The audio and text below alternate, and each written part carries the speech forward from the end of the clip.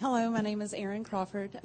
I received 1 dose of Gardasil. I was a student working in the Student Health Center for the university that has the Merck contract for research and development of Gardasil. And I was approached by a healthcare professional there and said, hey, we have this new vaccine, and it'll stop you from getting cervical cancer. Want to try it? And in the year and a half prior to that, leading up to this, I had lost 3 close family members to cancer. So that question very much fed straight into my fear. And I said, yeah, that sounds good. And I went right into the exam room and got that 1 shot and just continued on with my day. That night, I went to the dorm and went to sleep. And that night, I woke up in the middle of the night just vomiting. And vomiting and so weak, I couldn't move. My arms and my legs all felt so like they weighed 1,000,000 pounds each. And just illness, just fevers, and within a couple of days, all of the lymph nodes in my neck and in the back of my head had swollen up really big. And my tonsils eventually, I think it was about a week later, my tonsils swelled my airway shut, and I had to be rushed to the ER. And this started a pattern of constant tonsillitis.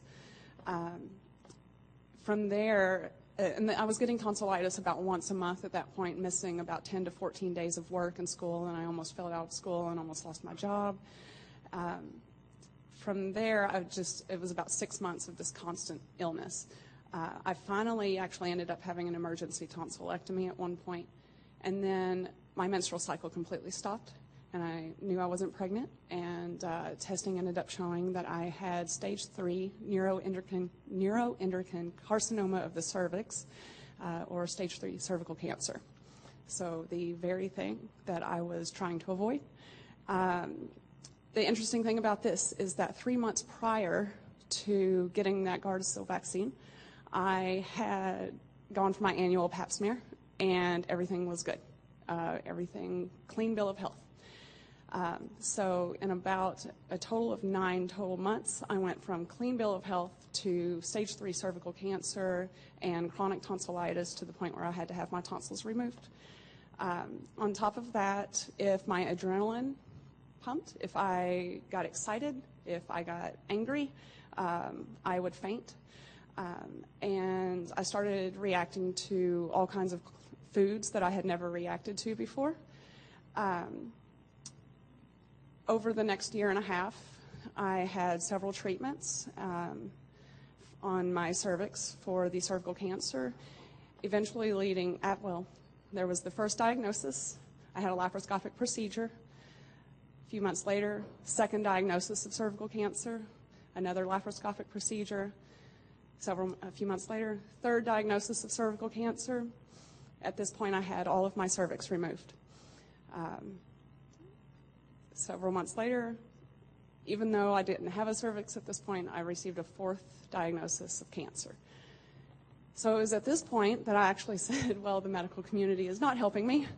And my oncologist said that I would die if I didn't do radiation and chemo. But I did know from watching my 3 family members I had lost, I knew that they had actually gone downhill with radiation and gone down and even further downhill with chemo. And so I opted out. And despite how afraid I was, I just started researching and studying and researching and studying. And I came across the Gerson protocol. I did not do the specific protocol as it is laid out, but I did do my own version of it, a 42-day juice fast, the coffee enemas.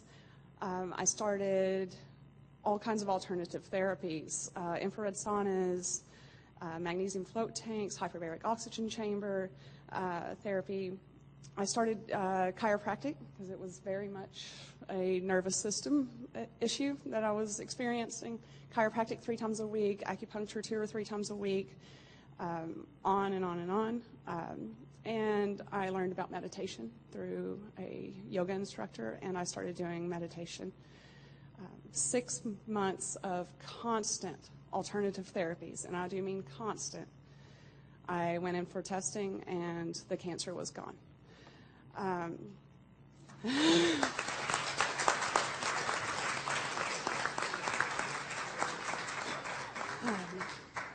Thank you. I did do actually, we are seeing, I now know this, we are seeing that there is a mechanism of vaccine injury with testosterone. And I'm not a doctor or a scientist, so I don't claim to understand that. But I did do something very, controversial. I did go through 3 rounds of testosterone therapy, and this is because estrogen feeds cancer. And so when you decrease estrogen, well, when you increase testosterone, it decreases estrogen, and that was actually, that worked really well for me. And then I also learned about the MTHFR gene mutation. I learned that I was positive for it, and that's when I started methyl B12 injections, and I started really focusing on anti-inflammatory because I didn't want the cancer to come back. So I really focused on anti-inflammatory dieting. I went, what I now know is paleo. I didn't at this time know it as paleo. All organic, no pesticides. Pesticides feed cancer or cause cancer. They are carcinogenic. Gardasil contains L-histidine, or histidine, which is the precursor to histamine. So I have to be very, very careful about my histamine levels, and I have to be very careful about what I eat. Things that are considered healthy in many ways, avocados, bananas, strawberries, I can't have these. Or I can, but I have to be very careful about how much I have of them, and I do have to follow up with high levels of vitamin C, quercetin, that type of thing. Also, with anti-inflammatory diet, I'm gluten-free, dairy-free, soy-free. Soy feeds estrogen. Let's see. Also, low-carb, high-fat. You do want to avoid sugars. Sugars, again, feed cancer and inflammation. And carbs do break down to sugar. And fat, or healthy fats at least, a lot of coconut oil, they give you energy, which when I went through probably a total of 2 years of so fatigued, I didn't want to get out of bed. So high fat has helped my energy levels tremendously, and it's also great for brain health. High omega-3s, so a lot of hemp and chia seeds. And then also something that increases histamine levels is exercise, really getting your heart pumping. And so I have to be very careful about what I do for exercise. It's a lot of yoga and just walking. And then I also avoid aluminum. As we know from Dr. Lee's presentation, aluminum and the way that it binds. So, and I also avoid fluoride and folic acid. Folic acid does stop the absorption of real folate in the body. And so it's a continued effort. I got the shot, the vaccine in 2005, and luckily, I hate to say luckily, only the one shot. I think that's what saved me, and then why I'm here today. It's because I didn't get that second or third shot because I got so immediately sick. So it is just a continuous effort. I have to stay on top of these things, with cancer, and you just never really know. And it has been 10 years now since 11 years since I received the vaccine, and almost 9 years cancer-free. So thank you all.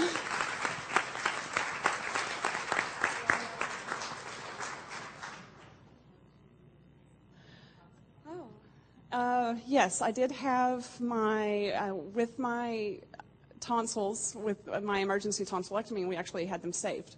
And then with the last removal of my cervix, we had that tissue saved as well and sent out to an independent pathologist where we had it tested, and they did test positive for HPV 16 and 18, both of which are in Gardasil. And like I said, just several months prior to that, I had had a clean bill of health. So do I know for a fact that this vaccine caused all of this, no, but I do know that the very thing that I was trying to protect myself against, I ended up with, and it has been a long, hard battle against it this whole time. I feel like a lot of what I've said has repeated what Karsten said earlier about his daughter and how they healed, and her healing. But it's obviously, it works. And so mainly I just want Gardasil HPV vaccine victims to know that there is hope through all the therapies like you were just describing, and then through diet and lifestyle. So she asked if I knew that it was the shot and if I went back to these researchers at the university and said anything, and no, I did not. I come from a very conventional background. You don't question your doctors, they know best. And when I got immediately sick and they said, has anything changed? Is anything different? And I said, well, I did get this vaccine, and it was just, oh, well, that's not it. This is just viral. Well, you know, no connection to the viruses. I just had injected into me. So no, I did not know to ask anyone or to tell anyone about this vaccine. I did not make the connection, no. Well, it was really with once I had my tonsils removed and tested, and they tested positive for the very things that were injected, that I said, oh. And then also as I learned more and more about about anti-inflammatory diet and about what causes inflammation in the body, and looking into actual ingredients. And I actually didn't even start with the vaccine. I started with other pharmaceuticals. And it just all slowly but surely, like Eileen said, slowly but surely, the reality hit me. Thank you. Okay. I believe there was one more question up front.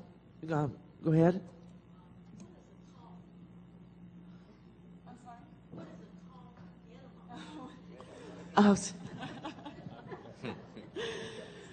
Oh. She asked what a coffee enema is.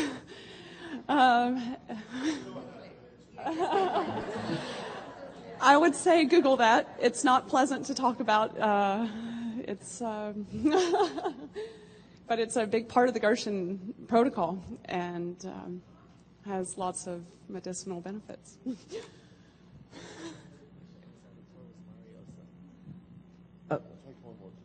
Okay, we got one more question. Gentleman in front.